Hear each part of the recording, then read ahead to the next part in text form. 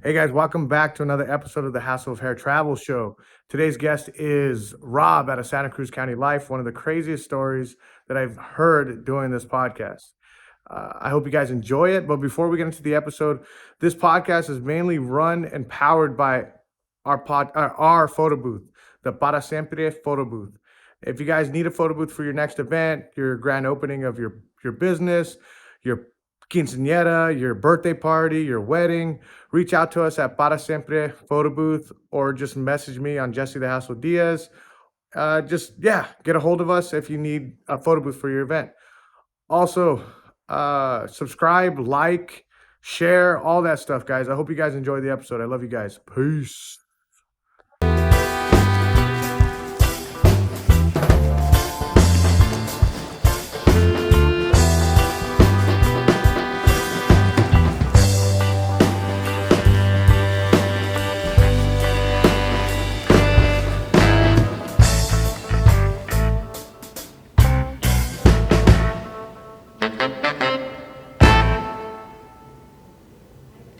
Cool hat store that has a lot of hats like that and stuff. Right by Bunny's Shoes. Okay. If you look by Bunny's Shoes downtown Santa Cruz, they have a cool hat place. You would love, if you're looking for a cool hat, that's the place to go. Okay. All right, thank you. It's one of the little towns in Santa Cruz. And you're a prominent person in Santa Cruz. You own two businesses. And what businesses are those? So I got Santa Cruz County Life Water, as you can see. We sponsor all the fighters. We have Santa Cruz County Life. This is what we are right here. And I grew up in pretty much every county. Started in Watsonville. Then I lived in the west side of Santa Cruz and on the east side of Santa Cruz as well. And take me back, like how was your childhood? Childhood, it was great. I grew up skateboarding, a lot of skateboarding. And I grew up in this little community in Watsonville. That's where my mom lived. It was called Clifford Manor. Grew up there, and it was the hood. So everybody, if you don't know, you're gonna know now. But that was the hood, and all run by Northerners. And that's where we grew up, in Clifford. Yeah, and how was that? It was pretty cool. You know, I had a lot of good friends, about 20 of us, 25 of us maybe. All childhood friends, some dead, some gone, some still alive. And, you know, I would jump back and forth from my dad's to here to my brother's, you know, from meaning here, Santa Cruz. And this is where we all started. But growing up in Clifford was actually pretty cool because we grew up just like normal kids, you know, big wheels, playing Star Wars. And then we got a little older, got creative, and we started like burning down mountains for our action figures like He-Man. It was funny that I could tell you a little story about that.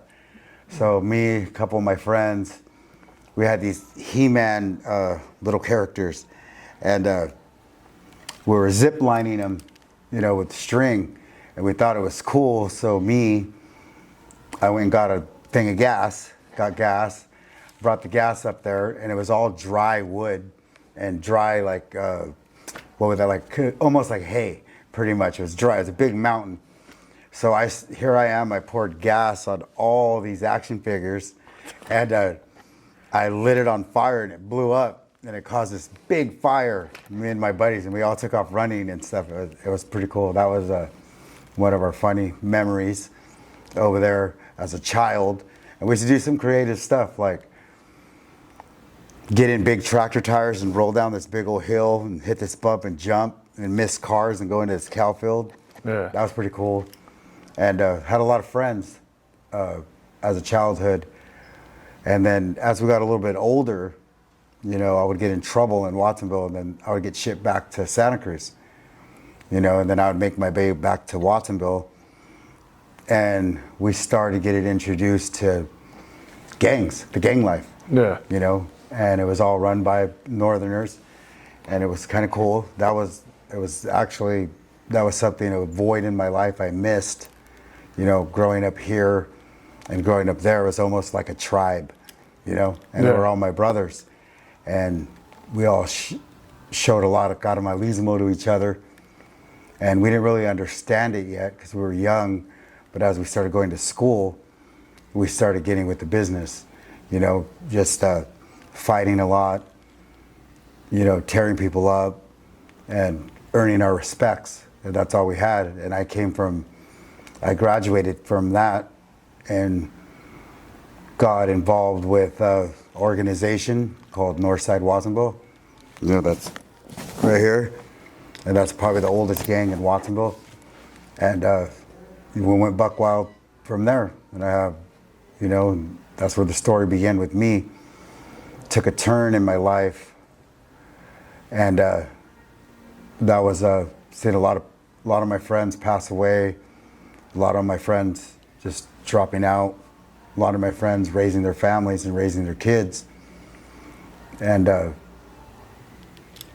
was a pretty interesting thing, but that's what made me who I am today. Yeah. And I always been an entrepreneur ever since I was a little kid. Like I would go to school and try to make $1 out of 15 cents, What was your first? Well, first of all, it's crazy to hear you talk about your childhood and the person I met through Compton's the Central Coast Fighting Championship. You being there, you supporting it, you're not the kind of guy that's violent.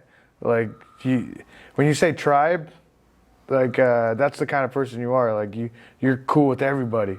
As long as they don't disrespect you. Correct. Yeah, you're super cool with everybody as long as they're cool with you. And you're probably the most friendliest person I met at the Central Coast Fighting Championship. Yeah, I've changed a lot in my life. I've changed a lot. It's just one of those things growing up. After you succeed in a lot of things, you try to look for more to better your family, to better everybody. And me as a person, I'm still a thug, I'm still me, but I respect everybody, and I'll take the t-shirt off my back. If I met you, you need a t-shirt. If I have $2, you'll get $1. That's who I am. Yeah. And how I met you is through the, Daniel Compton Central Coast Fighting Champion. Coast Fighting Champion. And Danny's a solid dude. I like him. I learned about fighting, learned it and respect it.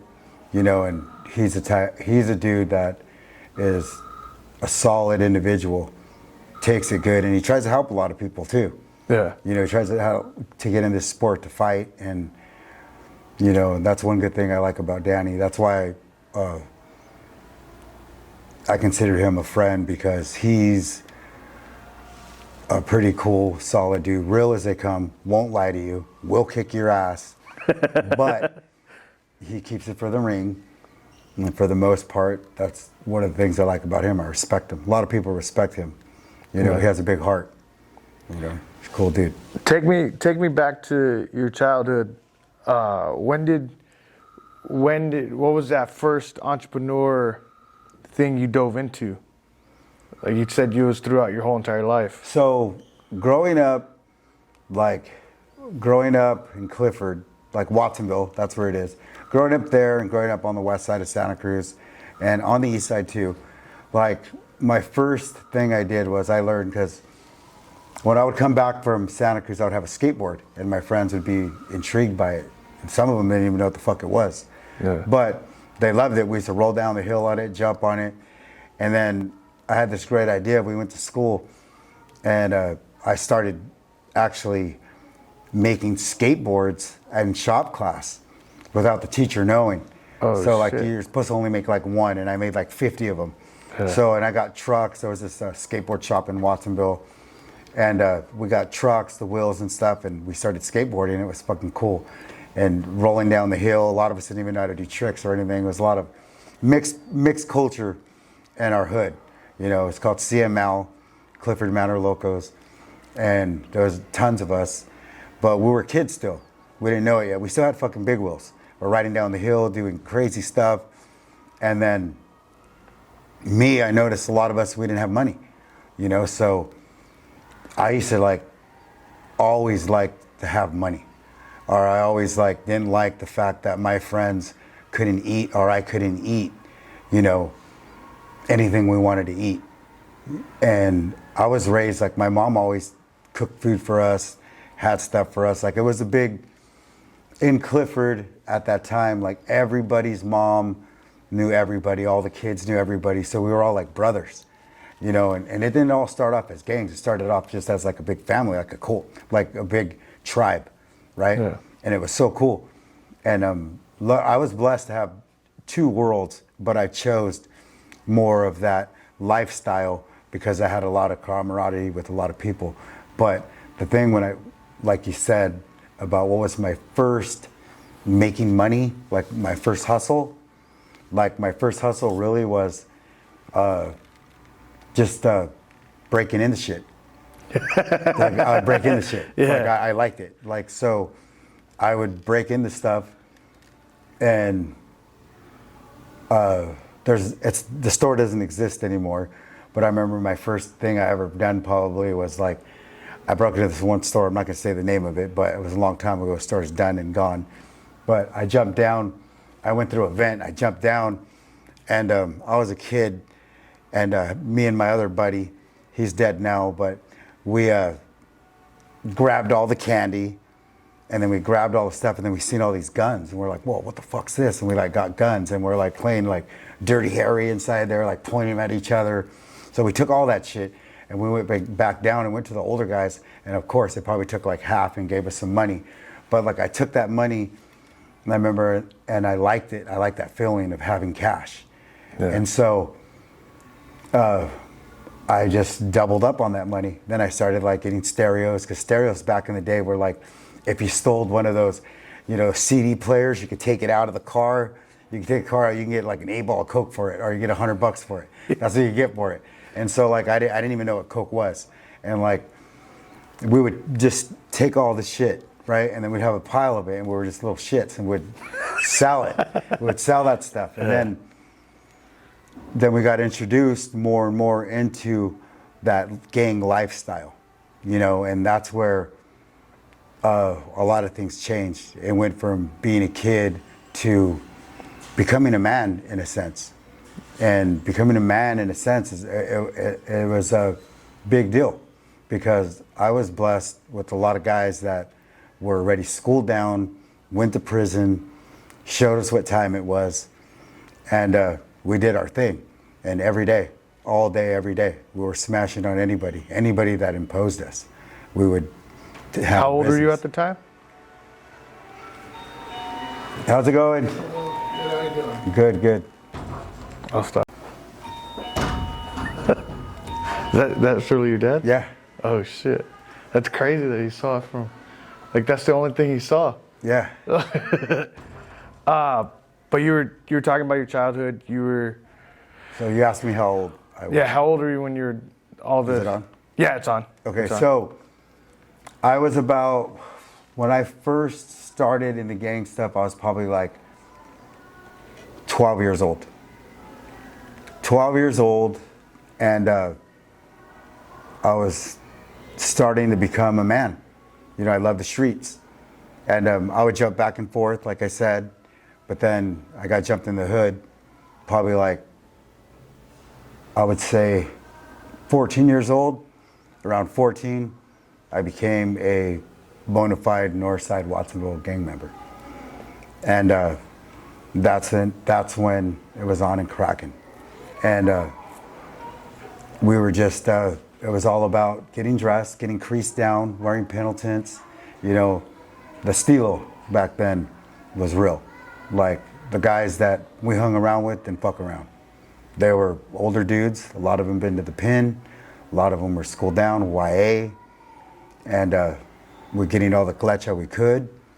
And it was fun. And I loved it. I loved every day getting up, hunting. That's what we used to call it. And we're proud to be what we were. You know, and that's how it was. We just get busy every day and make a name for Watsonville. And Watsonville to this day, from now since I was that age to now, that gang's still alive. Both of them, they are still alive and breathing. And I see a lot of those guys, a lot of the guys that I grew up with that were from my childhood friends till now.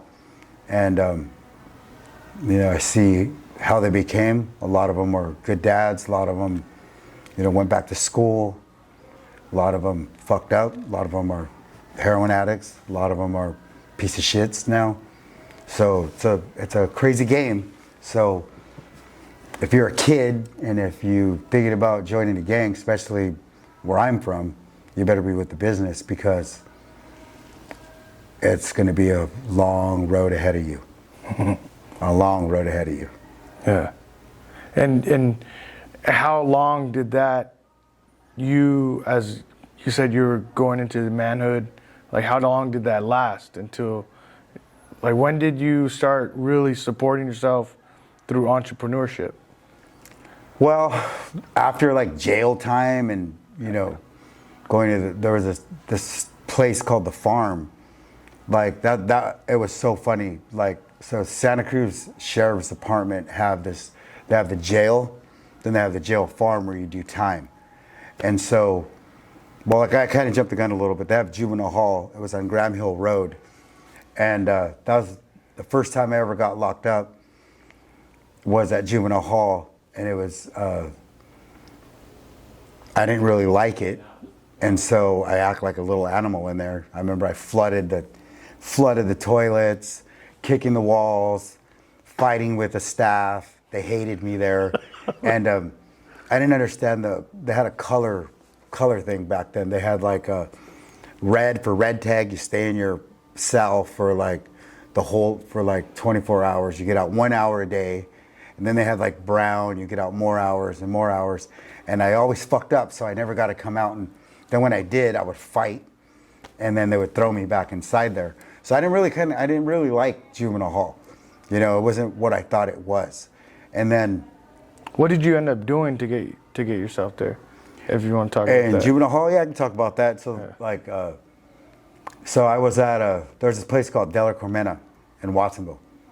So I had a Volkswagen Bug, right? I was young. My mom bought me a Volkswagen Bug.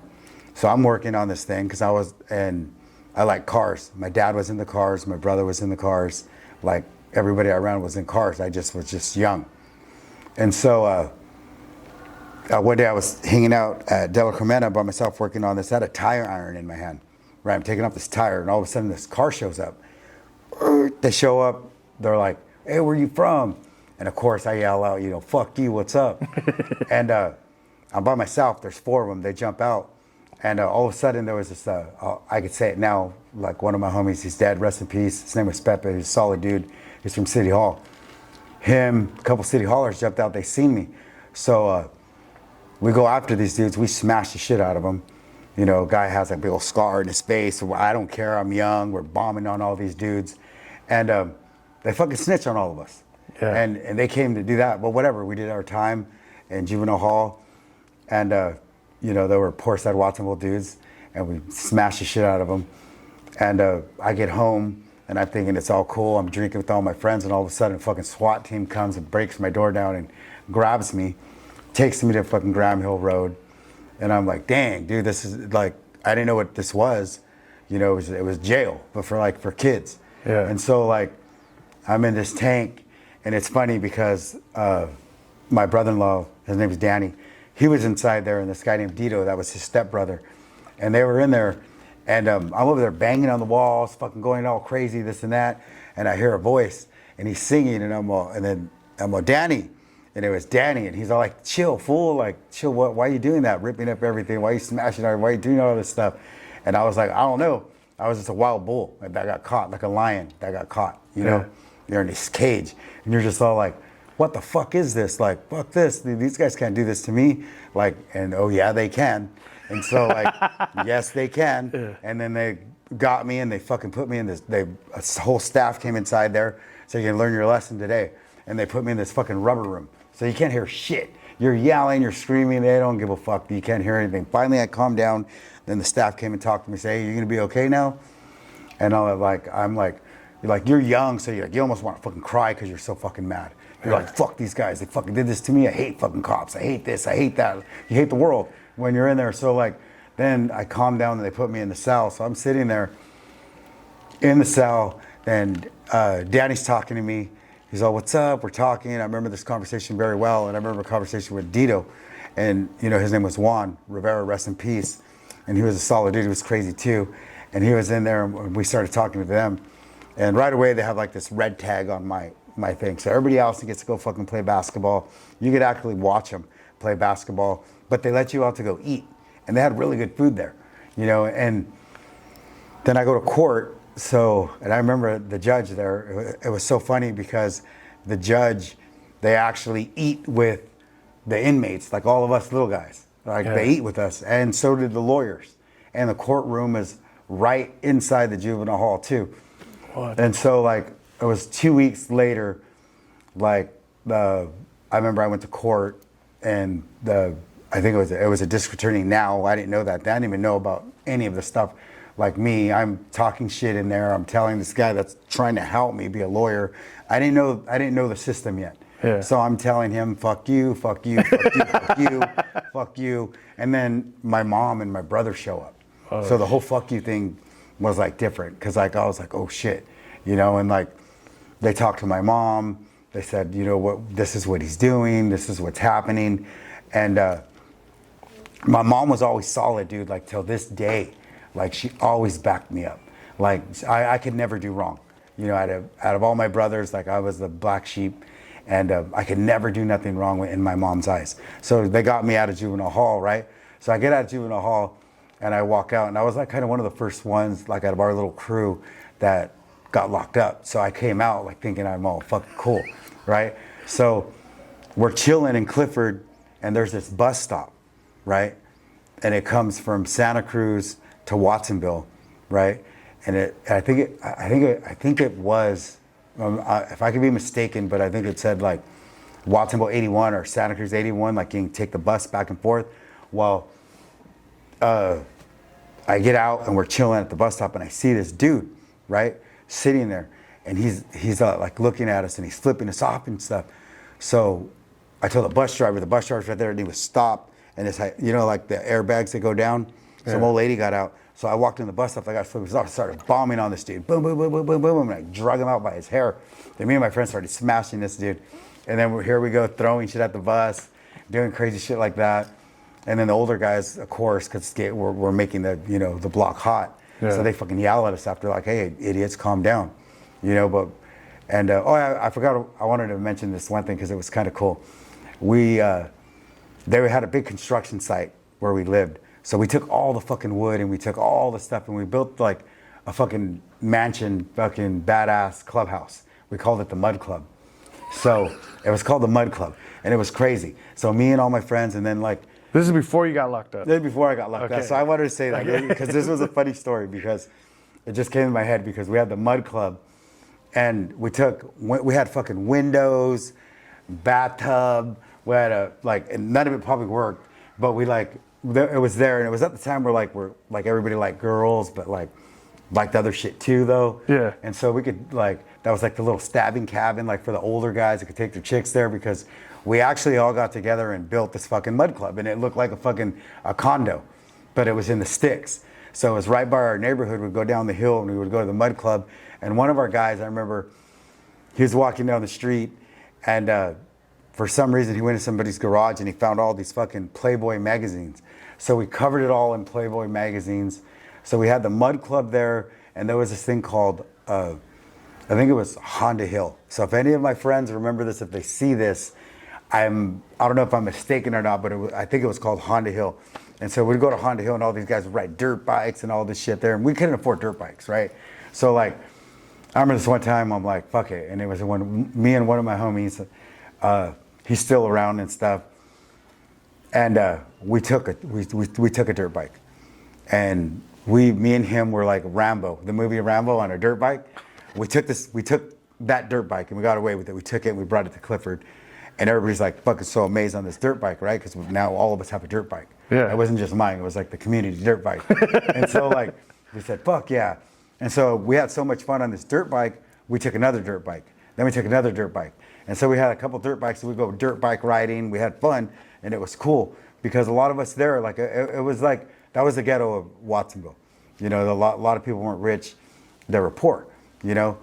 And that's how I actually started like liking motorcycles. It was cool. And then we would have fun. We would make ramps, skateboard. We would play Thundercats, the movie Thundercats. I don't know if you ever remember Thundercats back in the day. We'd fucking do Thundercats and hit people with it. And then we would like, anybody would come down. It was like anybody that would come into Clifford, you would have to be known by somebody or else you would get fucked off. Your day would be fucked off. You come into Clifford, you get fucked off. Like, for one time, I'm not gonna mention his name. He knows who he is. He knows the story. We're young. And I remember one time these Portsiders thought they were tough, right? So they come passing by, and there's tons of us there. There's a group of us, right? We had it sewed up there, you know, and we're hanging out, we're eating ice cream or whatever in the fuck we were doing. And all of a sudden this car pulls up, and they're all like, fuck Portside, Watson, blah, blah. So we're like looking at them, and we're younger, these guys are older. We're like, fuck you, what's up? So one of our older friends, crazy fucker, crazy dude, and everybody knows him that is gonna see this story. He goes over there by himself with you know those old jacks, those that look like a machine gun, but like for old cars, you could jack them up with a jack. Yeah. Well, he gets that thing, and he starts smashing all of them. Breaks their heads open, there's blood dripping everywhere. Well, I'm like, fuck, looking at all this, we're kids. Like, we're like, damn, dude, this is fucking crazy. Yeah. You know, he beats the shit out of these dudes, right? And 2 days later, we're hanging out, and all of a sudden, the fools came back to get their get-backs, right? They start blasting out all of us. Boom, boom, boom, boom, boom. We're running, ducking, diving, and stuff. And it's crazy living inside there because we had sports players inside there. We had big homies in there, you know, just like all these older Northsiders that were in there. Then we had like us growing up, you know, becoming that. And we had a bunch of different things inside there going on. You know? How old were you? So when that well, I grew up there my whole life. I was born there. But when your buddy smashed when he smashed him, I was like 12 years old. God, I watched that shit. He fucked this guy up, and then we ran over there and started fucking that guy up. We didn't know why we were fucking him up yet, right? But we fucked him up. Yeah. And then like people would drive inside Clifford, right? And they already knew it had a reputation. Clifford back then in the 90s and the 80s, like they knew not to come inside there. And there was another hood too called Green Valley. They were solid too. That was the same. They were like built the same way as us. But we were like, so it was Clifford Manor, right? Then they called it Clifas. Then they called it CML. Like now, that's the gang now. That's what it was. But when we grew up there, we were like Clifas. So like, I remember one day I was young and we would always just stay there because it was community. We had everything. Like our moms would make menudo. Everybody would go eat menudo. Christmas time, nobody got shit. You know what I mean? Yeah. Inside there. Like me as a spoiled brat, like I fucking could have had anything from my family in the Santa Cruz. But I chose like to be this, you know, little tyrant in Watsonville because I loved it so much, you know, and I grew up with everybody there. And there's some people that I still talk to that are from there. You know, we had Indians inside there, like Native Indian people, like a whole community of that family was inside there. We had Mexican people in there. We had some white boys in there, crazy white boys in there too. Yeah. You know, and so we had some mixed people. We had a couple black guys in there too. You know, like this dude named Melvin, he was a fool. You know, we had Big Tony. I remember he was the guy that watched over everything. And we had there was a family there that were Indians too. And they were I fucking can't remember the name of their tribe, but they were cool as hell. And everybody there had unity and family. And then back to the gang part though, like that's when we graduated. We graduated from being from Clifford, being Northsiders. And that's when it was on and cracking. And that's when I went to jail. And then that's the life I opened up. I opened up that black door and liked it. And juvenile hall sucked. And then when I got to juvenile hall, that's when I, you know, bashed that dude. He comes, I drag him outside of the bus. We started smashing them. And the bus driver comes out. We're like, fuck you, throwing shit at the bus driver. We didn't care about him. Just mind his own business. Oh, just mind your own business, fucker, or else you're gonna get it too. And we get yelled at by the older guys because they don't want all that heat, right? Yeah. But we're not giving a fuck. Then after you got joined in this gang, right? This gang, it's like a glory gang. You made it. If you were in this gang, you made it, because those guys were like that back then. Like when I was in it, it was like when you were there, you made it to the Ivy League team. You're in the NFL. That's you made it to the Niners. And I got jumped in with them. There was like 5 guys, and they hit me up because I was already doing a bunch of dirt for Clifford, where I grew up. So these 4 guys hit me up, and they're all like, "Hey, bro, it's about that time. You get into the hood." And I said, like, fucking, I thought about it for a second. I said, fuck it, let's do it. And with no hesitation. And I'm like, let's do this shit. And then we're in Clifford, and fucking, I got jumped in by all these dudes, right? And fucking, I was like, dang, it was a good feeling. They gave me all hugs, fucking black eye, bloody lip, fucked up. How, you were 18 at the time? No, hell no, I was young. I was like 14. Goddamn. Got in the hood at 14. And then, I had my friend, the guy that I was telling you about with Jack, the guy that beat all those guys up. Well, he was like a big dad to all us for Clifford. He watched over everybody. And he ran over there and he said, "What the fuck you doing?" And I just got jumped in the hood. And he belonged to the hood too. He was just older, right? And he wanted better for us. But he knew I was a fucking sav back then. And so he's all, "Whatever, bro, you made it." Gave me a big old hug. And they called these things back then, like people call them meetings, but they were like juntas, right? Yeah. And so I show up, and then all of a sudden I see these motherfucking guys with fucking muscles, big guys, tacked down, big brochas, fucking creased down, smoking trajos, and they're all, "What's up, little homie?" And I'm all, "What's up?" And they're like, "Oh, we heard you got in, this and that." And I'm all, "Yeah." And it wasn't intimidation by them. It was more like I glamorized that shit. I fucking soaked that in. I was like, I want to be fucking just like these guys, And then we had more people getting jumped in. There was some guys my age, and there was a dude, I'm not gonna say his name either because he's out now, and he did 25 years in prison. He got involved in a something that gave him 25 years. And him and 4 other guys, and he got out, and recently we reconnected. He's off parole and all that stuff, and he's doing his own thing. He's doing good, but he was one of the guys who was one of my road dogs, and fucking we just used to terrorize the town. We terrorized it. We just wanted blood. That's how we were raised, and we got schooled down, and I was fortunate not to be with them there that night when they all got popped. I remember I was sick. It saved me. The flu fucking saved me. You called in sick. Yeah, and I was fucking really sick, and I got lucky. And all my friends that I used to hang out with, that little group, all got busted. They all went to the pen for 25 fucking years. And I'm like, fuck, dude. I'm lucky I was sick that day. Yeah. And we're just How old were you at that time? At that time, so I was 15. All happened. your friends just got locked A up. lot of my friends got busted, and then all my other friends that didn't get busted were all together, and we're like, damn, dude, this was fucking crazy. These guys got busted for murder. Yeah. Then it was on and cracking, and then those guys tried to get their get backs. We would smash them, and then anybody that came into Clifford, you would get checked, bro, hard. There were so many of us, a whistle, you have 20 deep, gonna fuck you up, And then that was just Clifford, not even Northside. Northside lived in there too. And then after that, just living that life, living that life, having to deal with your family, acknowledging that you are no longer going to go to college. You're no longer going to fucking be this nice kid no more.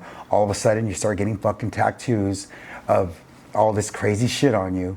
and cops busing in your door and all these things. And that's the reality of it. Like my brain was already more advanced, you know, like I knew it. Even being in that, just being raised by my family from Santa Cruz, like I already had knowledge of, you know, skateboarding, you know, having good things, eating at restaurants, going to these nice places.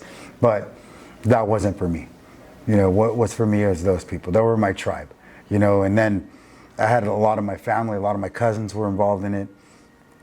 You know, my cousin, I could say his name's Sneaky, you know, rest in peace. He died. He was solid. He came later. He grew up later. He was younger than me.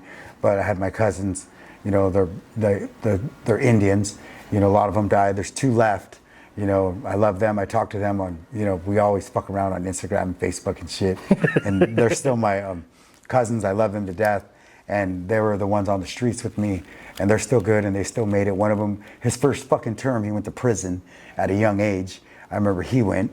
And my other cousin, he never did. And he lives in Stockton now. And he's doing good. And my other cousin lives in Tahoe. They're doing cool. And I had rest in peace. I want to tell you about a guy, you know, his name was Babyface, Marcos. And he was a really good friend of mine. And he schooled me down. He schooled me down to the fullest. And another individual, you know, Wolfie, you know, and they were always in and out of prison. They were doing their things. And that's when I started really like getting all that glecha, getting all this glecha, you know, like just getting schooled down. And I was with them, hanging out with them a lot. They were schooling me down. I was getting all the rundown and how things work. And first time I ever did something, now I could say it, he's dead now. And they called him Little Wolfie.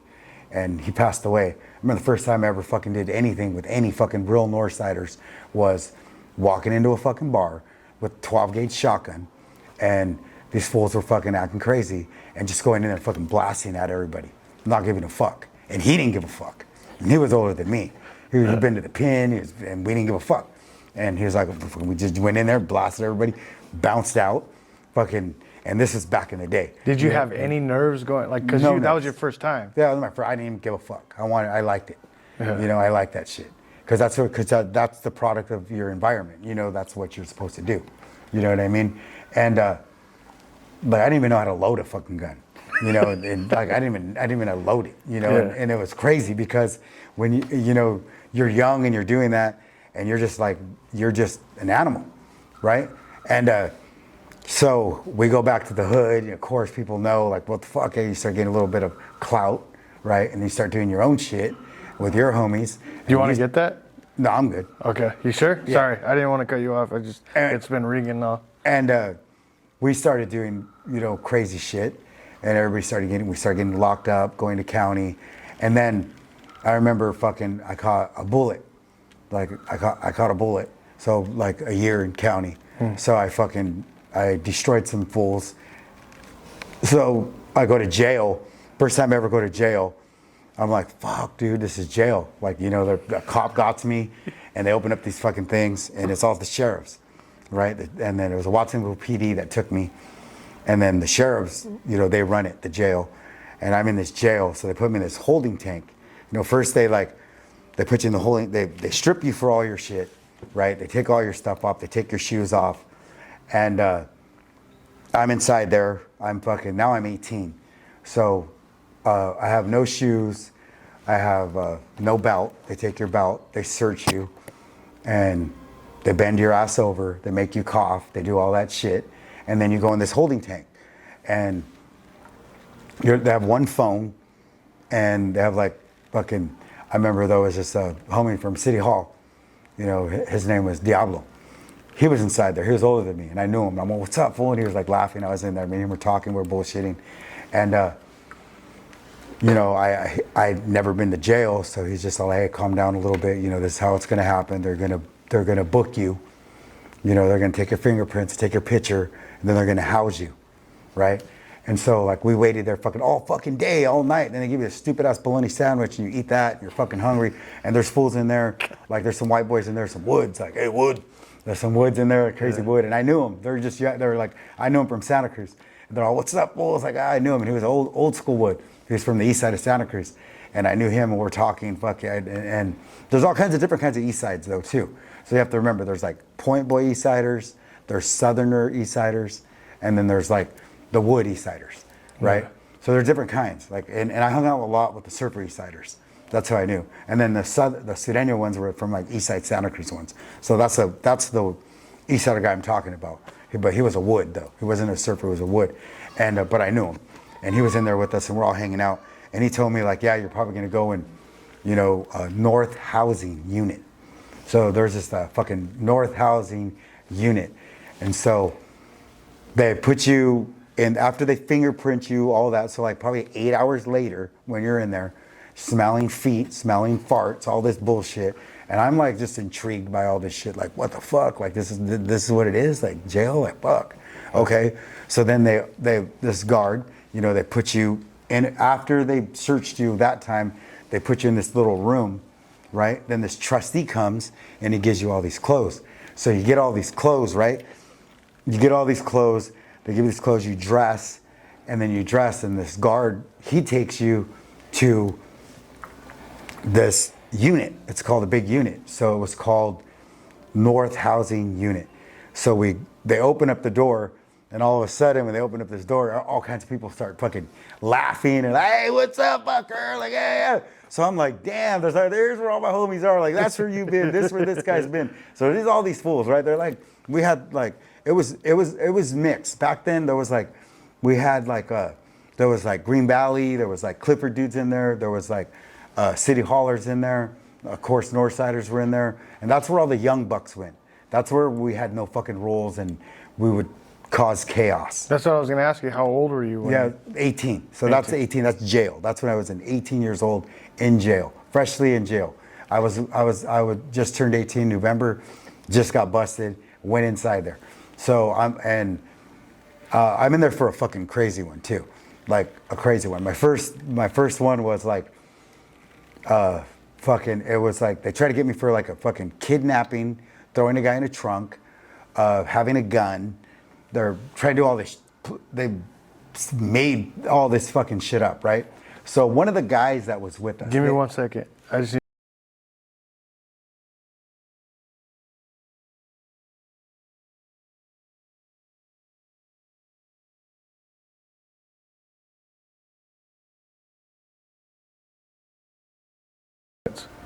All right, you're good. So I'm not going to mention his name, but I'm with this dude, his chick, and me. So the cops accused us of grabbing this fucking fool, throwing him in the trunk, right? Throwing him in the trunk and having a gun and trying to kill this dude, right? So they say that we did that, right? And they say that we did that. And so whatever happens, right? So a week later, I'm fucking riding my cruiser, right? Riding my cruiser, and all of a sudden a fucking SWAT team's after my ass. And there was this fucking cop, dude. He had a hard on for us. His name was Stackhouse. He had a dog. He was a dog cop. And that fucker never caught me. But this day he caught me. So he fucking catches me. They wrestle me down. They grab me. I'm arrested. And my fucking charges were kidnapping, attempted murder, and some bullshit, right? And so fucking first time in jail. So my friends are like, damn, bro, you're looking at all this shit. And I didn't know what the fuck it was. But then there was these two dudes I met from Salinas. They were old school dudes. They were inside there. They just happened to be in there. And I don't even know if they're alive or anything, but I remember one of them, his name was Smokey, and another name was Richard Rubio. They were from San Jose, sorry. And they were schooled down. Those guys were like fighting beefs and shit. And I told them what was going on. And they were kind of like looked at my paperwork, looked at all this stuff. And I was in there. So my first day of fucking court, I go in the court, and the judge, and she was a well-known judge. She was cool, actually. And her name was Heather Morris, right? And she's seen me a couple times before, but she's seen me and she's all like, okay, she read me everything I'm facing, right? So you're facing up to like 45 fucking years. You have kidnapping, gun, but I didn't have anything on us, right?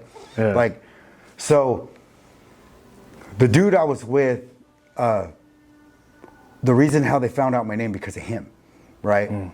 But so his chick ends up going in court saying none of it was true, right? Because it wasn't true. So they keep me in there, and then they give me this bunk ass fucking felony probation, 3 years joint suspended shit, right? And after all the stuff that I was doing kid shit, so I was already getting busted for all these little things, going to juvenile hall, doing stupid ass shit. And I mean, I say it's stupid ass shit. Then they kind of kicked me out of Watsonville. So I fought that case. I was in there fighting that case and my brain didn't really understand the concept that they could take me to prison for fucking 42 years. Yeah, you just got... Right? I just didn't care. Like I just didn't know. So then I got appointed as a public defender, right? And then my family hired a lawyer for me. And then we beat that case because it was a weak case. I have the girl that was in the car saying it was bullshit, but she was fucking solid as fuck. And the guy was just a little weenie, and he snitched, and he couldn't snitch on anything because there was nothing to snitch about. Yeah. So that was it. And I got out, fought that case for 6 months. And inside there, though, like, I could tell you one thing, in the jail, like when you have like 50 guys you fucking know, and it's a madhouse in there, like, rest in peace, Rascal, he was inside there with me. I remember he was in there with me. A lot of us, a bunch, I can name a bunch of names, but him in particular, because it was funny, because they had these cots that were made out of plastic, right? And we used to go on top of the stairs and fucking skateboard down, like surf down these fucking stairs. Right? It was so fun, like jumping all those things. And then when people, like homeless guys come in or people come in, we'd yell out, fucking shower. Sneaky fuckers would make them shower and shit. And then we would smash on fools. Anybody, like they had a YA facility up here, California Youth Authority for Boys. And once in a while, these dudes would escape. And some of them were from like down south. And they would like fucking come inside there and they would house them with us for some reason. And they would be like fucking like looking at us, telling where they're from. We just mop them all up. And room 14, you would never want to go to room 14 because room 14 was like a 5-man cell, right? 5-man cell. So if you fucked up or if we didn't like you, you're going to room 14. Okay. And room 14, you're going to get fucked, you're going to get handled, right? And then they had this panic button. There was always a panic button right there. If you fucking didn't like it in there, you press that button, you're out, right?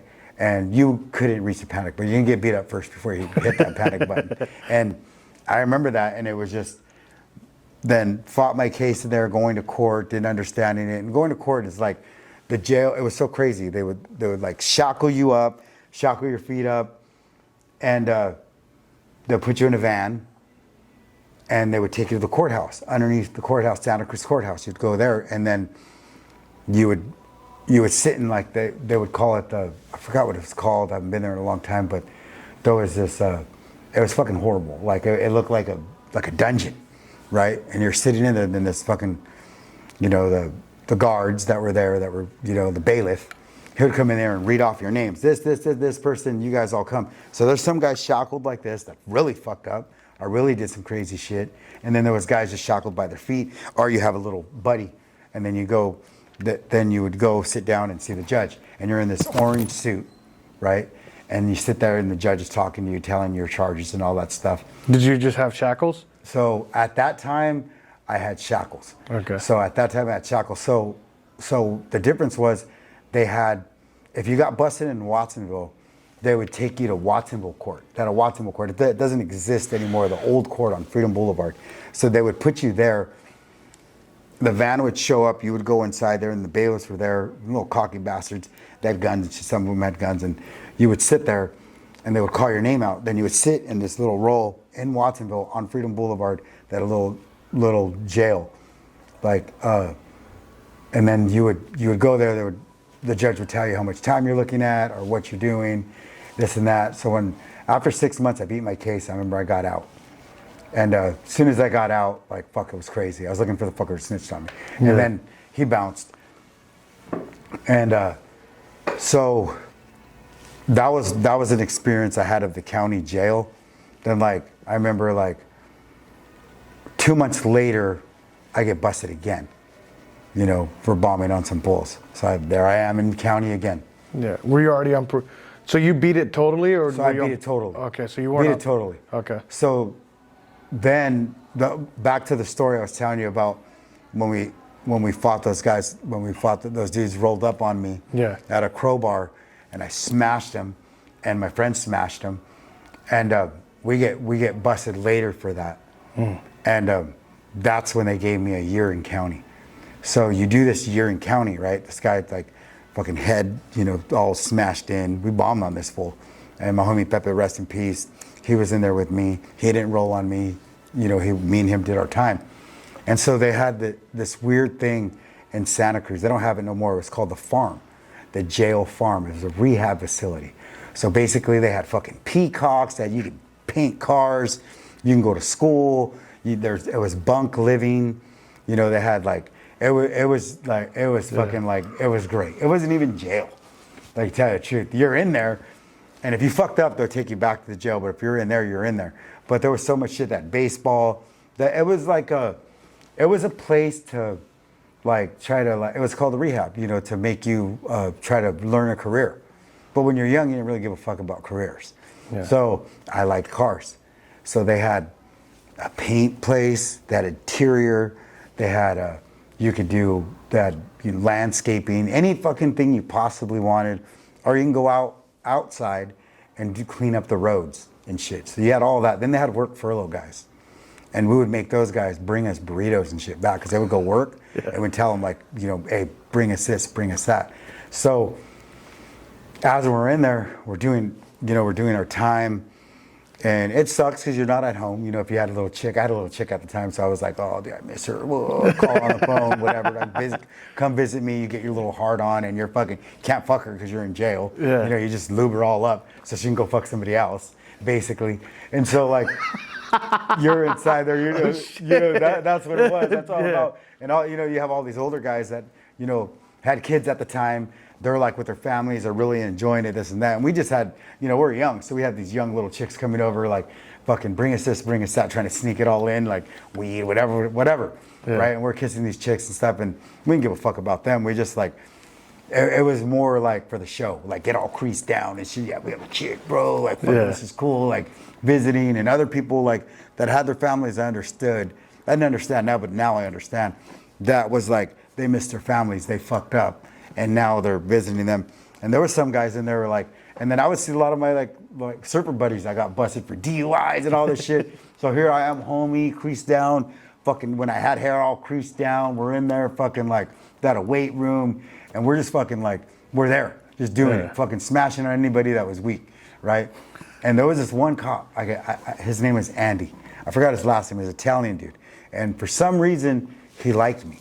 But he always used to tell me, on my shift, please don't fucking make it hard on me. He's like, please don't. And I'm all right. And he goes, I'm gonna give you a job.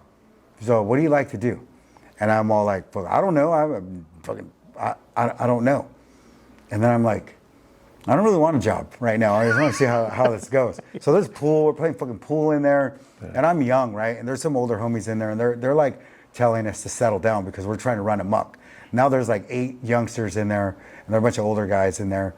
And the older guys, they were sour, bro, because, they were schooled down and shit. And that's not how you conduct yourself in jail, right? And we were conducting ourselves like a bunch of fucking hyenas, just trying to like come up. And then I started slanging in there, whatever, for contraband. Like, and then I get envelopes, started hustling inside there. And that's the hustle was real. I started saying like, fuck, I made money off all these fools. Like, so I was telling all these work furlough guys, hey, this is what I want you to bring me. I need stamps. I need this. I need this. I need that. Bring me this. Fucking whatever. Weed. Anything. Right? They were able to get it in? Oh, yeah. And so fucking we're getting in because that place was just, it was a fucking madhouse. People could literally throw shit over the fence for you. Right? So then you're getting all these fuckers high, drunk, or, bringing beer in there. Because these guys are, like the work furlough guys, were like pretty much like alcoholics and shit, but they still had jobs, but they were getting busted for DUIs, and there was a lot of like white collar guys, you know what I mean, and and we would use those guys to our advantage because they would have access to the streets, and I was getting my hustle down, just I would make shit, sell it, and I made these crosses out of wood, right? And I would stain them and put their chick's name on it and shit, and I would sell it to these dudes, and they would give me the money for it. So I was doing that for a while, and that was okay. I was charging these like $50, $60, but in jail that's a lot of money. You know what I mean? So I started stacking my chips, and you could fucking actually have real money in there, right? And so like we're like, fuck yeah, and then I started just hustling shit, and so this cop, Andy, he was always on my ass. He's like, Robert, you're not going to be doing this stuff no more, like throwing bowling balls at people. I mean, I was like, geez. fucking not bowling balls, baseballs? No, we had what are those? Pool balls. Oh, pool ball. Pool balls. Pool When balls. everybody was asleep, I remember I got all these fucking pool balls, and I threw them. What? They're fucking. Everybody wakes up in the middle of the night. So what the fuck? I was just doing stupid shit like that. You know what I mean? I was a kid. I was fucking doing stupid shit. So Andy, he told me, it was funny because he's all like, okay, Robert, you got a job. I got you a job. You're an AM chef. And I'm all, you're an AM cook. So that's what he told me. I was like, what the fuck? What does that mean? And so he showed me, he's all, okay, this is what you do. Well, my dumb ass liked to stay up at night, right? And fucking, I never used to be a drinker and shit, but it was so fun in there to like fuck around and party, bam. And I would drink, right? And so I would drink and party and stuff. And then I was the AM cook. So he hired me, so I got a job. So then they put me on this fucking white thing. So I had access, right? So one of my homies he was doing all the clothes. My other homie was a janitor. Then I was there, and I was a cook. So like, then they had a refrigerator, right? Big old freezer and stuff. Then you could eat good, bro. Yeah. And so like, you would have to get up in the morning, prep all the fucking food for all the inmates and shit, right? And so like on certain days you get certain kinds of foods, but my ass would fucking forget that I even had a job sometimes, and everybody would eat cereal and be pissed. But the homies would be set up because I would still make them theirs. Because so like, I think it was every Sunday you get like, we would make sausage, pancakes, and hash browns. Well, like fucking good breakfast, you know what I mean? And then like, I couldn't fuck that off because then my own people would fucking smash me. You know what I mean? Like, so I'd get up in the morning, fucking, we're making it. Those are the people helping us prep the food and all that stuff. And I'd be like, then they would serve the food and I would stack the homies up, of course. Like all of us were in there. And some people didn't have it coming. You know what I mean? Sometimes, they would be like, you want to fucking act stupid, you ain't going to get shit. You want to, if you give us this, I'll give you more food. If you're hungry, I can make sandwiches and give them to you. So you found out your worth. Yes. So I found out my worth. So I went around selling, they had fucking like in the back, they had like fucking things hanging up of meat and shit. And that was for the guards and stuff. You have to make the guards their food. So I'm like, fuck, these guys eat like kings. So I started eating like them. And they were cool. The guards, like, if you didn't fuck with the guards, they didn't fuck with you. And I learned that really quick. And if you're cool, you can do all kinds of shit, right? You can do all kinds of shit. So like, and they were cool if you're cool with them. And if you make them their food and you make them all their good, like you make them their food. I remember you make them fucking, they had good food. So we'd make them their food. And then all the homies and shit, they were stoked because we would fucking we'd be eating like kings. We're hungry. I had access to the back. I'd make them whip them up fucking steak sandwiches, whatever we had, whatever that was there that was good. We wouldn't starve. So our car was living fat, for days. I was in there. I didn't fuck that up. And then the hustle for me was like, I talked to this dude. I'm like, why do you like work furlough? So not work furlough. I'm like, why do you like going to Caltrans and all that shit and getting all these things? He's all, dude, because I can go fuck my chick. She would meet me at a place where I would work and I would go fuck her. And I was like, fuck, dude, I'm fucking like, I'm kind of horny right now. So I was like, I asked Andy, I was like, bro, like, I really want to get out because I'm feeling like, anxiety. I really want to get out. I want to see how to work this and that. You could just tell them, hey, I want to go. Well, you have to have a little bit of pull, though. You have to have a little bit of pull and trust. You just walk up and say, no. So like the city picks you up, right? Then you go, then you get like this thing and you pick up papers, or you could work like at the fire department, like you go work for them and you do like paint or whatever they had, right? So I caught wind the best place to do it is at this one place at the fire department. Don't even exist anymore. So it was like in the sticks. So I'm all right. So I call this chick and I'm like, hey, meet me at the hall. Because they had a hall there, right? Where they had quinceañeras and stuff. So she met me there. She brought me a burrito, from De La Colmena, and I went over there, smashed her ass a couple times inside there. Nobody watched us. They just left us there. We're supposed to paint this building and clean up all this fucking glitter, right? Yeah. They had us clean up this glitter. The fire guys didn't want to do that shit. We had to. But so I'm over there, smashed chick. The homie's looking out for me. I'm in there, and he was another homie. He was funny. And my homie Perico from City Hall. He was actually there too. So I'm smashing my chick. I'm having a great old time. I came back. I slept like a baby. Like, I'm a fuck, yeah, I got laid. I'm a youngster. Yeah. Right. And so, you know, a year, you know, for now these days, but for me, like that was just like, fuck, it was a long time. You know what I mean? Yeah. Like a year, like, and just doing that, learning all this stuff to come up, right? But then I started thinking about jail, and I started thinking about life. Like, what the fuck am I doing?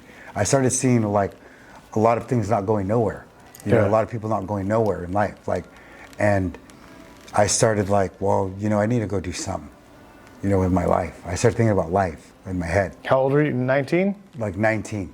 Yeah. So I started thinking about that. So Was there anything that even got you thinking, or was it just jail? Money. Yeah. Money. Yeah. Like I liked money. And I wanted to have my own empire. You know, like ever since I was young, like I wanted money. I don't know why. I was money driven. It's just in my head. So the rehab, thanks to them, like there was a lady named Miss Watson. I remember her. She was a teacher there. So Miss Watson, I told her like, hey, I never got a really good education. I want to, you know, go back to school. So I quit the job that I had as a cook. You know, I was like half time and half time because I was going to school.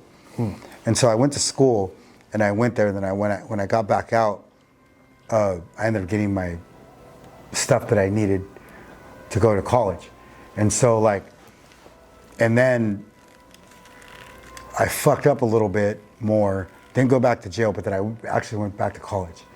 You know, I went to college and fucking got what I needed to get a little bit. So after all that shit, you ended up in college? And then all my friends, dude, like, so all my other friends from Watsonville, I didn't only have gangsters.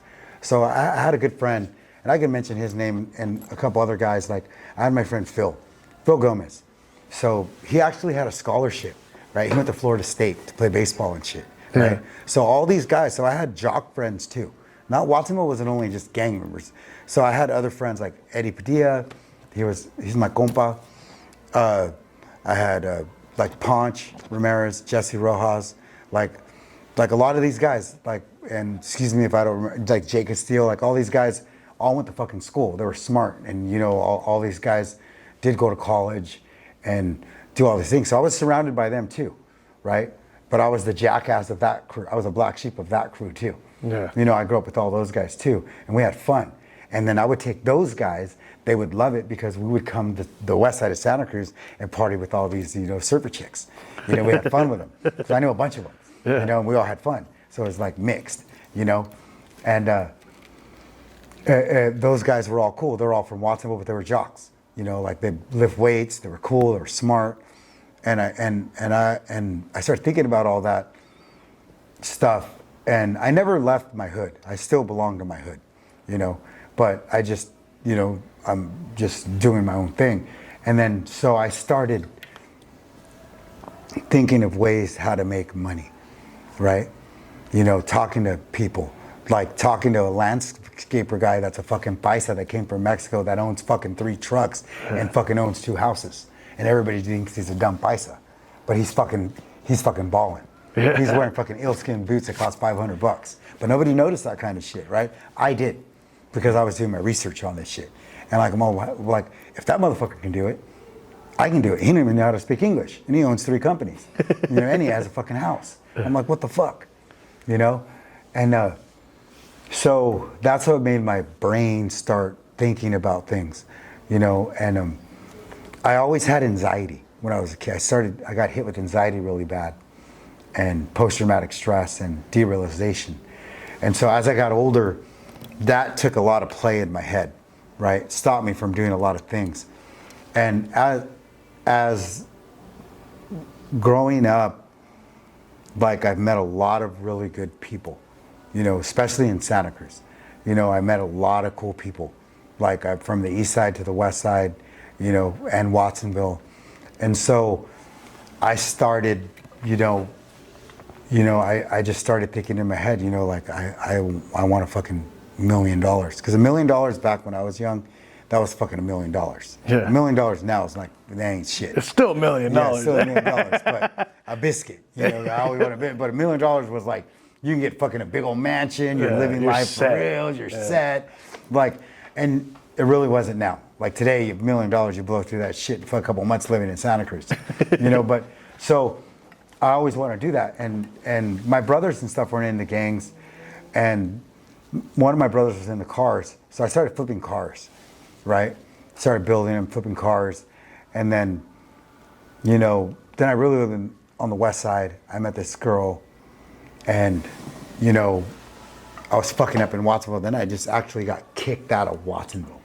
Like the judge actually legally they kicked me out of Watsonville for 6 years. I couldn't go back to Watsonville. I only can go to visit my mom for like a week, and then not leave my mom's house because they would arrest me, and then come back. So then I stayed here solidly, and that's when my life started changing from the attitude of not giving a fuck, let's go to prison, take me. Then I started enjoying life, right? Then I seen my friends fucking surfing and shit, going to Tahiti, going to Hawaii, going to all these cool places, bro. You know, and I'm like, fuck, this is crazy. You know, these guys are doing all this cool shit. Then they take me to the beach. Then I see these white girls, bro, like fucking in bikinis. Snow bunnies. You know, I'm like, what the fuck? These are fucking hot chicks everywhere I looked. What the fuck was I doing? Jail, doing all this stuff. So like, I started meeting all these people, right? And I knew a lot of these guys because I went to Mission Hill Junior High. So like, I started knowing all these people, right, growing up. And I didn't really fuck with them. And there was a lot of Southerners that went there too, to Mission Hill Junior High. A bunch of guys from the beach flats, but they never fucked with me. I was like, it was weird. Like, it was weird. Like, I was like, and I'm going back, now I'm rewinding it back because I went to the junior high here. Yeah. And then after they kicked me out of Watsonville, I lived in Santa Cruz, and I met some really intelligent people. I mean, from all walks of life. I met fucking hippies, UCSC students, fucking entrepreneur people that were fucking doing it. And but like, it's crazy because like you were doing all that shit, right? Yeah. That's some wild shit.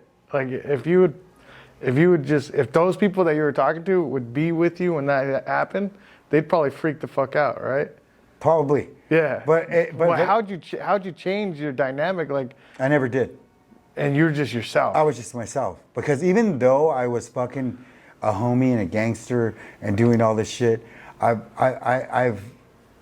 in my brain, I've always had it from my aunt that lived here and all of them.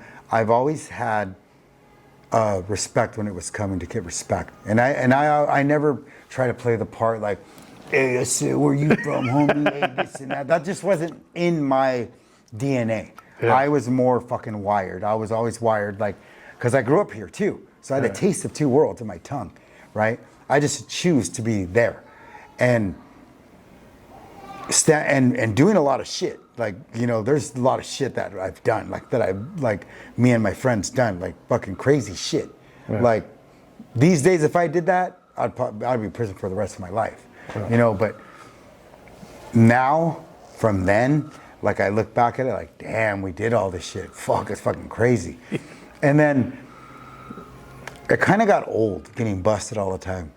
Kind of got old doing all this stuff. But the fire was still there. Being fucking where I came from, like I could say for me, I can speak for myself, like the fire never goes away, right?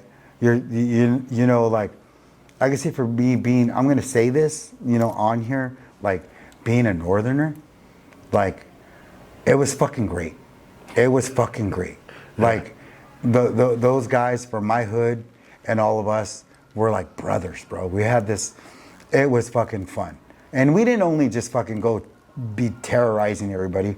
We had barbecues, we had shit to do, there was old cars, they had people there, the stories that these guys been through, why the struggle, you know, all this stuff that what we grew up into, and it was cool.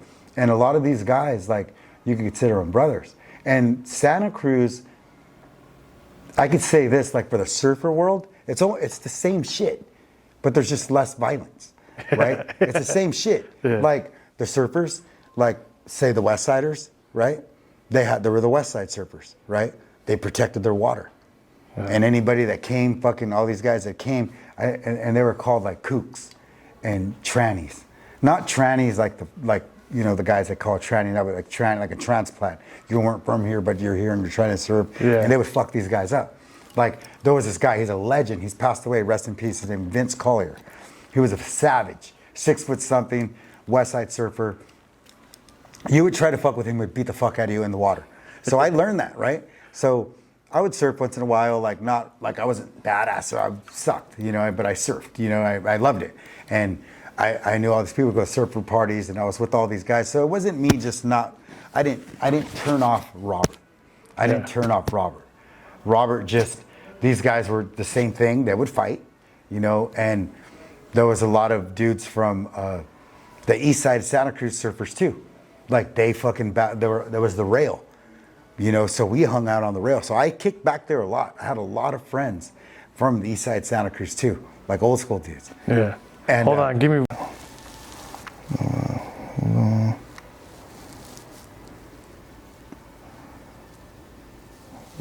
Whenever you're ready. Okay. You're talking about the east side. Yeah.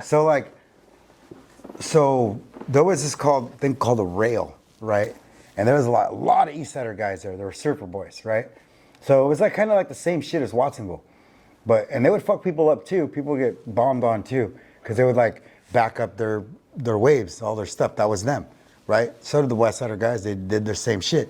So it was kind of the same concept a little bit, but then like it wasn't always like that. But they would fuck up people that would disrespect their shit, right? So they had respect, and the water, and I was always around the water in the wilderness, you know, too. So like in my childhood, I would always come back and I'd always skateboard. I love skateboarding fucking to death.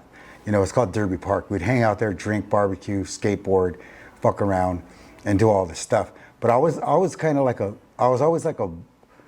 lone wolf, like, as you could say. Like I never, even when I was in the hood too, I was not always too close to everybody. Yeah. Like I'd always be here, be in Santa Cruz, be in Aptos, be on the east side, just doing all kinds of shit. Because then I started like hustling weed and shit. You know what I mean? This is before weed got all legal and stuff. And I had always a shitload of weed making money. So I'd always make money off weed, right?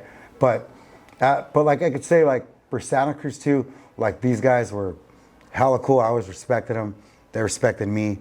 But I never changed my stilo and my get down. I always who I was, right? And there's a lot of Southerners here in the 90s. So and they had it sewed up. You know, the Southerners had it fucking sewed up here. You know, and there was some crazy Northerners here too. You know, and one of them got busted for murder. He did a lot of time in jail. But in the 90s, it was rough. If you're a Northerner living here, you're fighting. You know, the boardwalk, you go to the boardwalk, you're gonna fight. You know, and as for that being said, growing up here, like your whole life, after a while, when you start getting older, like I've started seeing a lot, like growing up here, you see a lot of those Southerners, right? And they have their kids, I have my kids, and we didn't have a beef anymore. Like the fire kind of turned down, because we're not like, you know, trying to bang on each other anymore, right? Because we did it already, right? And it's kind of not like the same anymore, like how it was back in the 90s here. Like there's more Northerners here now. And me, myself, like I just didn't really like, I love it. I like it. I just don't want to fucking go to jail. You know what I mean? It sucks. Yeah. You know, jail sucks. Whoever thinks it's fucking cool, like it's retarded. You know what I mean? Like it is. Prison and all that shit, like fuck, I was blessed not to go to fucking prison, tell you that. Like, I spent a lot of money fucking not to go to fucking prison because I listened to fucking older homies that told me that shit's real, homie, and it's not cool to go to fucking prison. No. And it's not, whoever tells you that's fucking retarded, you know? And so that stuck in my head because a lot of solid dudes that I knew would always tell me, try to keep your ass out of fucking prison, right? So when I got kicked out, that was a fucking blessing in disguise because that's where my road was going to. So, and I know a lot of pinteros and I know a lot of guys that went to fucking jail for a long time. And they all told me the same thing. Fuck prison. Fuck nothing good out of prison. And if anybody wants to come out here and tell you like fucking prison's great and it was cool and I stabbed 50 fucking people and I was a shot caller and I was another fucking full of shit. Yeah. Because that's not how it works. You know what I mean? Because I seen the smallest guys that were fucking badass motherfuckers that got out that didn't say shit. And you know what they would tell me? Prison's not for anything. Prison's not good. Don't go to prison. So mostly everybody that was solid and down and really down and were really killers and that really knew how to do shit, they were the first ones to tell you, don't ever go to fucking prison. And in my head, I listened to that, bro. I didn't let it go. And I'm all, wait a minute, because it kind of fucked me up. Because I'm thinking like, well, that's graduation. You made it to the big leagues if you go to fucking prison. And then all these guys that are coming out, I mean, real dudes. And they're telling me that. So it's stuck in my fucking head not to go to prison. So the fire went a little low from being a homie, right? It was still there. Don't get me wrong. Like till this day, if some fool starts coming up and, you know, talking shit about our hood, smash on them. You know what I mean? You know, but as you get older, you have kids and you see things a lot different. And living in Santa Cruz, growing up with a lot of these cats, and I was a product of this environment too, because I did skateboard, I did surf, I did enjoy the mountains, I did all that shit when I was young. I loved all that stuff. And like looking back at everything I've done, like I don't regret shit because that's who made me who I am. And at those times when I was going up, like with the dirt bikes and beam stuff, I was intrigued with motorcycles, bro. I loved motorcycles. Like I loved them. I loved the way it felt. I built a Triumph. You know, that was my first bike. And those are not even, are they still around? Yeah, Triumphs are still around. BSA Triumphs, they use them for racing. So that was actually my first bike. And so there was a dude, right? There was a dude. And I'm not going to say his name, but there was a dude. Old Chicano dude. So I didn't even know what anything was yet about biker stuff. And I was young, right?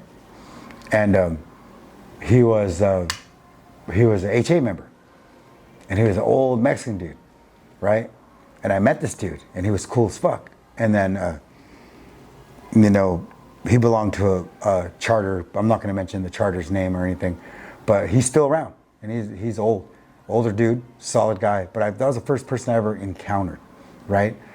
And I got into motorcycles a lot more and more because my dad, that's all he gave me out of his life is fucking motorcycle stuff, you know. And I started riding and started, you know, this guy. It was a whole different get down, right?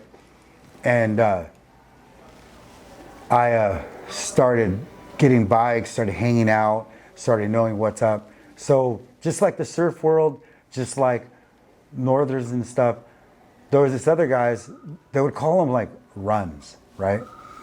And I went to this toy drive one time, and there was all these fucking housing